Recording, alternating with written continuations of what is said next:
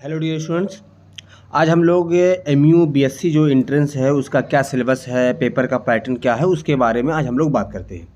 देखिए, सबसे पहले आप जानते हैं कि एमयू का फॉर्म की डेट रिलीज़ हो गई है। मैं उसके बारे में आपको पूरी इन्फॉर्मेशन बता चुका हूँ कि किस तरीके से है। पिछली वीडियो आप जाके चेक कर लीजिए, वहाँ पे हम लोगों ने देखा है कि उसका एग्जामिनेशन फॉर्म, एप्लीकेशन फॉर्म कब से फिल होगा, कब उसकी लास्ट डेट है और किस तरीके से उसके फॉर्म को फिल करना है। आज हम लोग बीएससी का सिलेबस को पढ़े देखेंगे कि जो एमयू बीएससी साइंस या लाइफ साइंस या होम साइंस का जो पेपर का पैटर्न होता है वो किस तरीके से होता है, उसमें कितने पोर्शन होते हैं, क्या क्या टॉपिक आता है, उसके बारे में। देखिए, एमयू का जो पेपर होता है वो 100 मार्क्स का होता है। बीएससी का 100 मार्क्स को आप इसको 4 पोर्शन में डिवाइड कर दीजिए, सबसे अच्छा उसके बाद आप समझेंगे।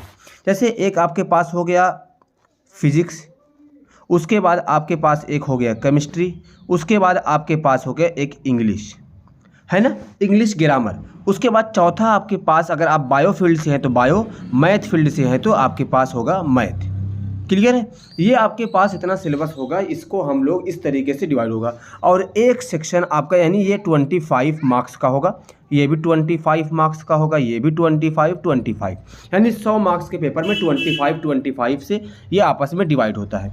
उसके बाद हम लोग आगे देखें तो अब यहाँ पे हमारे पास जो माइनस मार्किंग होती है वो 1/4 होती है, यानी कि 25% इसमें माइनस मार्किंग होती है, निगेटिव मार्किंग होती है। इतनी चीज़ें क्लियर हो गई हैं तो हम लोग थोड़ा आगे बढ़ें और इसके सिलेबस को देखें कि किस तरीके से इसके सिलेबस को है, क्या क्या पढ़ना है। क्योंकि देखें, अगर कोई भी आप एंट्रेंस देने जा रहे हैं, आप कोई भी एंट्रेंस देने जा रहे हैं, अगर आपको उसका सिलेबस के बारे में कोई भी इन्फॉर्मेशन नहीं है, आप किस तरीके से पढ़ना है, तो आप बहुत अच्छे से उसकी तैयारी नहीं कर सकते। और जब आप तैयारी नहीं कर पाएंगे तो आप उसी कंपटीशन में अच्छे से अच्छा रिजल्ट नहीं शो दे पाएंगे। और आप इतनी मेहनत करते हैं तो इसीलिए आपको पहले उसके सिलेबस के बारे में हर एक चीज़ मालूम होनी चाहिए, ताकि आप उतनी ही चीज़ें पढ़ें। आप सिलेबस को एक बार अच्छे से रीड कर लेंगे, अपने से पढ़ लेंगे, पूरी टॉपिक को कवर कर लेंगे, जो मेन पोर्शन होता है, आप पेपर को एनालिसिस कर लेंगे, तब आप पेपर देने जाएँ तो आपका रिजल्ट अच्छा होगा। चलिए देखते हैं। सबसे पहले यहाँ पे जो हमारे पास दिया हुआ है, ये हमारे पास देखिए बीएससी होम साइंस या ऑनर्स लाइफ साइंस हमारे पास है। इंग्लिश का देखें तो इंग्लिश में हमारे पास है one unseen passage with A variety of question. कह रहा है एक अनसीन पैसेज होगा, उसमें बहुत सारे वैरायटी ऑफ क्वेश्चन होंगे, उसमें आपको वहाँ से पिक करना पड़ेगा। ठीक है। उसके बाद है वोकेबुलरी, यहाँ पे हमको देखना पड़ेगा। अब ग्रामर में हमारे पास क्या, टेंस पूछेगा, ठीक है ना, क्लासेस पूछेगा, गैप फिलिंग आएगी, error correction of word and sentence. Sentence में कुछ करेक्शन होगा, उसको आपको सही करना पड़ता है। आपके पास टेंस से आपके आएंगे, जितने टेंस होते हैं, फिल इन द ब्लैंक्स होते हैं, एंटोनिम्स सिनोनिम्स होते हैं, इसके बारे में होता है। इस तरीके से आपके पास होते हैं, ठीक है ना। तो आप इन सब चीज़ों को अच्छे से देख लेंगे, क्योंकि 25 मार्क्स से आप इसको इग्नोर नहीं कर सकते। बहुत सारे स्टूडेंट क्या होते हैं कि वो इंग्लिश को इग्नोर, ग्रामर को इग्नोर करके 75% प्रिपरेशन करके आते हैं। लेकिन मैं कहता हूँ ये आपकी गलती होगी। कभी कभी क्या होता है कि साइंस का पोर्शन बहुत टफ आ जाता है, और आपको, अगर आप पेपर देने जा रहे हैं तो आप 50% की कट ऑफ रख के चलिए कि 50% की कट ऑफ बनेगी। एक अंदाज़ा है, कभी 40 भी हो जाती है, 45 हो सकती है, 50 से ऊपर भी आ सकती है, लेकिन एवरेज मान के चलिए कि 50% कट ऑफ आनी है। तो उसके लिए तो आपको इस पर भी थोड़ा फोकस करना पड़ेगा। तो आप इस सब चीज़ों को इतने ध्यान से देख लेंगे। आगे चले। अब फिजिक्स की कंपलसरी पेपर है, तो फिजिक्स में देखिए हमारे पास फिजिक्स वर्ल्ड एंड नॉलेज, ये क्लास 11th का है, ठीक है ना। Kinematics, law of motion, work energy and power, motion of system and particle, rigid body, gravitation, property of bulk matter, thermodynamics, behaviour of perfect gas and kinetic theory of gas, oscillation and wave, electrostatic, current, electricity, magnetic effect of current and magnetism, है ना। उसके आगे चले हम लोग देखें optics, dual nature, ये सब आपके क्लास 11th और क्लास 12th की जो बुक होगी उससे। और आप जो प्रिपरेशन करेंगे ना, वो एनसीईआरटी के पेपर से, पैटर्न से करेंगे, एनसीईआरटी बुक से करेंगे, एनसीईआरटी के बेस से करेंगे, तो आपको बहुत ज़्यादा हेल्पफुल होगा। आपको पेपर भी बहुत सारे जो क्वेश्चन पेपर में आए हुए होंगे, वहाँ पे आपको क्वेश्चन बहुत सारे मैच मिलेंगे। तो आप, मेरी प्रेफरेंस ये होगी कि अगर आप लोग तैयारी कर रहे हैं तो आप एनसीईआरटी को बेस बना के चलेंगे। आगे आ जाएँ, जो मैथमेटिक्स ग्रुप के होंगे सिर्फ ये उसके लिए होगा। मैथमेटिक्स ग्रुप की सेट्स क्या है, रिलेशन एंड फंक्शन क्या है, कॉम्प्लेक्स नंबर है, लीनियर क्वाड्रेटिक इक्वेशन है, सीक्वेंस एंड सीरीज है, इसके बारे में यानी 11 चैप्टर, ये चैप्टर वाइज आपके हर चैप्टर, टॉपिक नहीं दिया हुआ है, चैप्टर दिया हुआ है, आपको चैप्टर वाइज चलना है। फिर यहाँ पे देखिए हमारे पास 12 से लेके 26 तक, ये आप टोटल क्लास 11 से लेके क्लास 12 तक के सब सिलेबस है।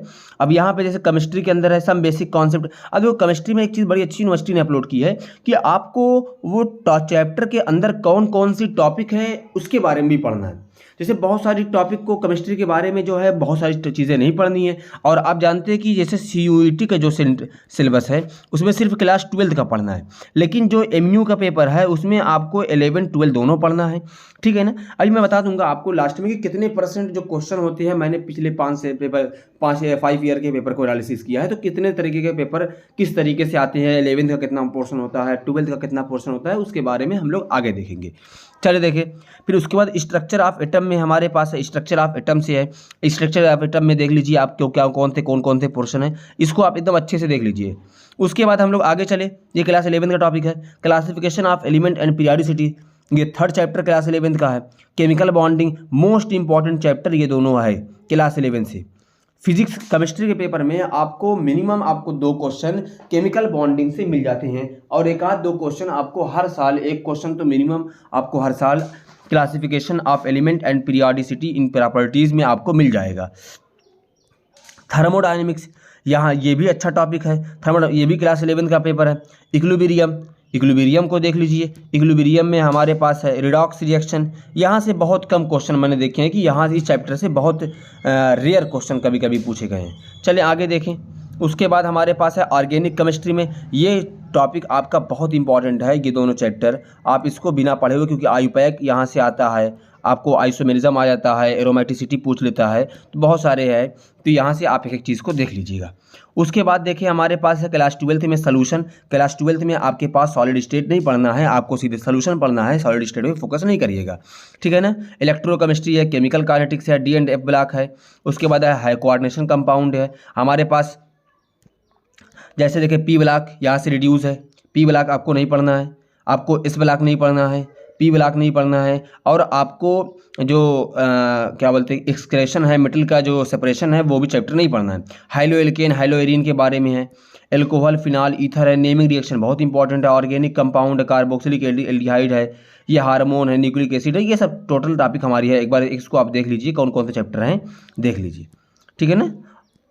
उसके बाद क्लास 11th की बायोलॉजी है, बॉटनी में हमारे पास इस तरीके से है, एनिमल किंगडम है, ऑर्गन है, सेल फंक्शन है, आप एक एक चीज़ को अच्छे से देख लीजिए। प्लांट फिजियोलॉजी, आप जानते हैं प्लांट और ह्यूमन फिजियोलॉजी तो क्वेश्चन ज़्यादा आते हैं, ये हमारे पास 11th। अब 12th के देखो, ये 12th से है ना। तो ये सब चीज़ें आपके पेपर में यही सिलेबस है, और इसी के अकॉर्डिंग आपको मेहनत करनी है। ये सुलॉजी का देख लीजिए आप, ये आपके पास इतने देख समझ में आ गया होगा पूरा पेपर का पैटर्न क्या है, सिलेबस क्या है।